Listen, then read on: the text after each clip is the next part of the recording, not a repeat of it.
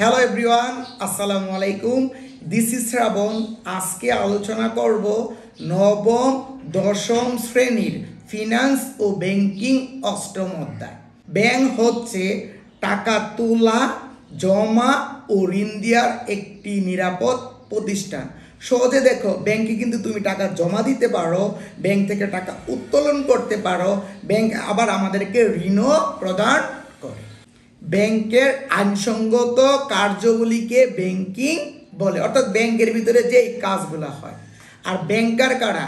Bank ব্যবসায় নিয়োজিত ব্যক্তি বা ব্যক্তিবর্গকে ব্যাংকার বলা হয়। সহজ কথা বলি কি, ব্যাংক হলো একটা প্রতিষ্ঠান। ব্যাংকিং মানে ব্যাংকের ভিতরে যে কাজগুলো হয়, আর ব্যাংকার হলো যারা ব্যাংকে চাকরি করে বা ব্যাংক ব্যবসায় পরিচালনা করে, তারা হলো ব্যাংকার। ব্যাংক শব্দটি ল্যাটিন ব্যাংকু, ব্যাংক, ব্যাংকিউ, ব্যাংকার শব্দ থেকে উৎপত্তি হয়েছে। বিভিন্ন মানুষের আরো বিভিন্ন মতামত রয়েছে। দ্রব্য বিনিময় প্রথা কি?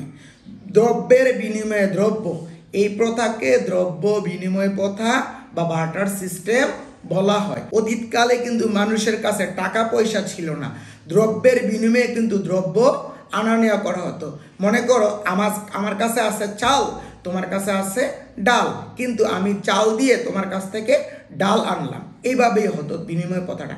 কিন্তু প্রবলেমটা তখনই ক্রিয়েট হয়েছে, মনে করো আমার কাছে আছে চাল, তোমার কাছে আছে গরু, তখন তো বিনিময় করা সম্ভব হয় না। এই বিনিময় প্রথাটা দূর করার জন্যই বিভিন্ন ধরনের বিনিময়ের মাধ্যম চলে আসছে।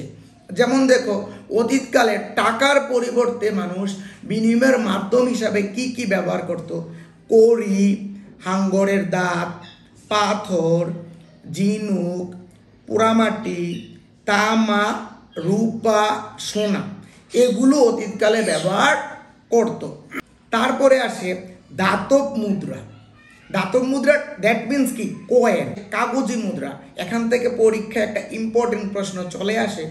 কাগজি মুদ্রা ঊনবিংশ শতাব্দীতে প্রচলিত হয়। কাগজি মুদ্রা প্রচলন হয় ঊনবিংশ শতাব্দীতে। কাগজি মুদ্রার প্রতি মানুষের আকর্ষণ বৃদ্ধি পেয়েছে, বা কাগজি মুদ্রা বর্তমানে বেশি প্রচলন হচ্ছে কেন? কারণ কি দেখো, ধাতব মুদ্রা মানে কয়েন, ওইটা কিন্তু যে কোনো মানুষ নিতে চায় না, ফার্স্ট অফ অল।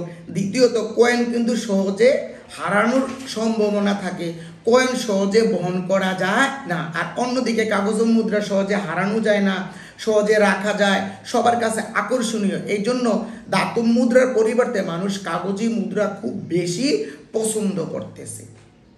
মুদ্রা কি? মুদ্রা মানে সহজ কথা টাকা।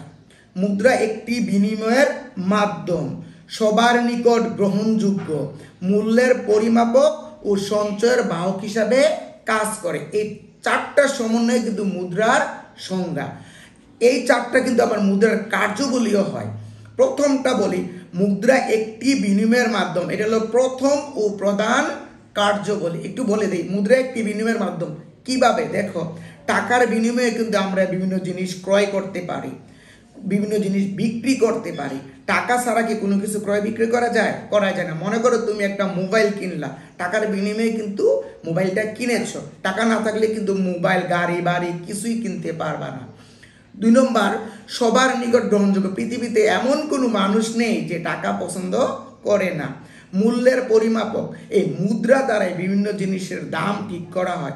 মনে করো এটার দাম 50 টাকা, চালের দাম এত, আটার দাম এত, ডালের দাম এত, এই যে মূল্যের পরিমাপক। সঞ্চয়ের বাহক, এই জিনিসটা কি? আমরা দৈনন্দিন জীবনে যেই টাকাগুলো আয় করি সবগুলো কিন্তু খরচ করি না, ভবিষ্যতের জন্য কিছু জমা রাখি। এই যে টাকাটা সঞ্চয়ের বাহক হিসাবে কাজ করে। স্টিলের আলমারিতেও রাখতে পারো, মাটির ব্যাংকেও রাখতে পারো, আবার নর্মালি ব্যাংকেও টাকা জমা রাখতে পারো। এখান থেকে ভেরি ভেরি ইম্পর্টেন্ট প্রশ্ন পরীক্ষায় 100% চলে আসবে। মুদ্রাকে ব্যাংক ব্যবস্থার জননী বলা হয় কেন? কারণটা কি?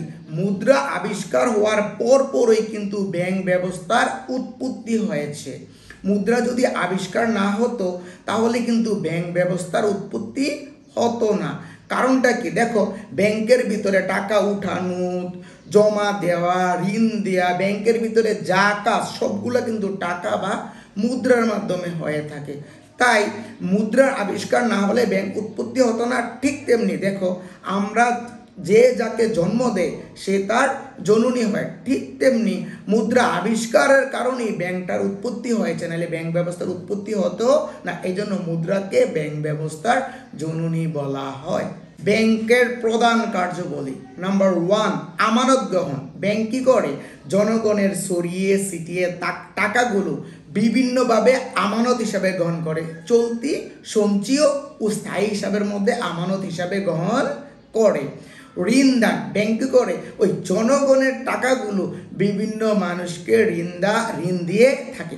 এখান দিয়ে একটা ইম্পর্টেন্ট প্রশ্ন, ব্যাংকে বলা হয় পরের ধনে পুতবাড়ি করা। কিভাবে? জনগণের যারা টাকা জমা রাখে, মনে করো তাদেরকে শতকরা 7% সুদ বা কমিশন দিয়ে থাকে, কিন্তু ব্যাংক থেকে যারা ঋণ নেয় তাদের থেকে 11% আদায় করে।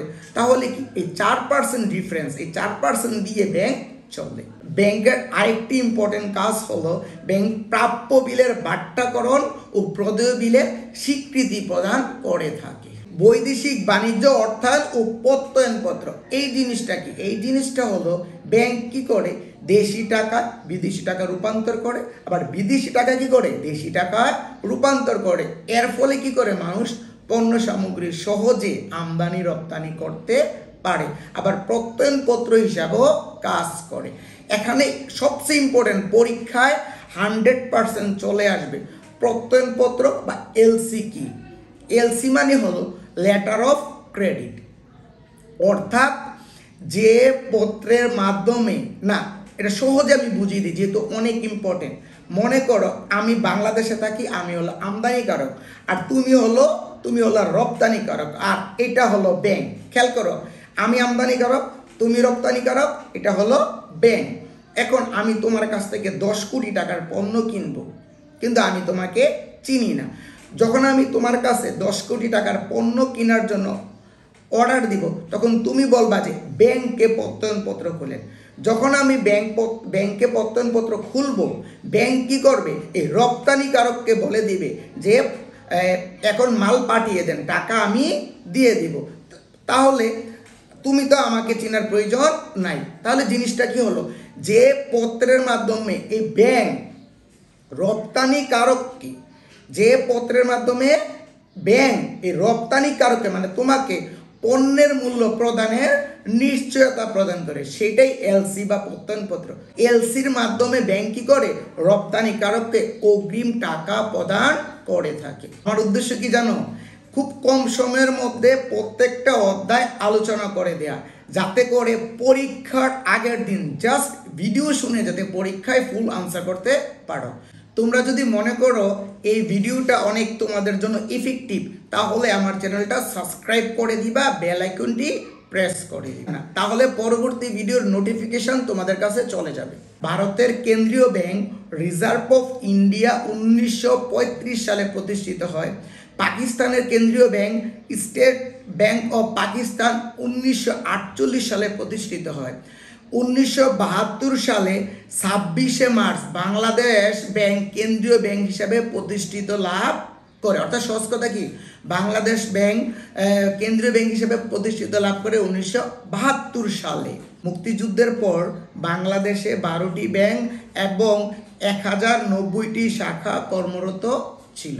কেন্দ্রীয় ব্যাংকের কাজগুলোকে, কেন্দ্রীয় ব্যাংকটা কি? সহজ কথা, সরকার কর্তৃক পরিচালিত নিয়ন্ত্রিত ব্যাংকটাই হলো কেন্দ্রীয় ব্যাংক। যেমন বাংলাদেশ ব্যাংক হলো আমাদের দেশের কেন্দ্রীয় ব্যাংক। কেন্দ্রীয় ব্যাংকের কাজগুলা কি? মুদ্রা প্রচলন, মুদ্রা মানে কি? টাকা।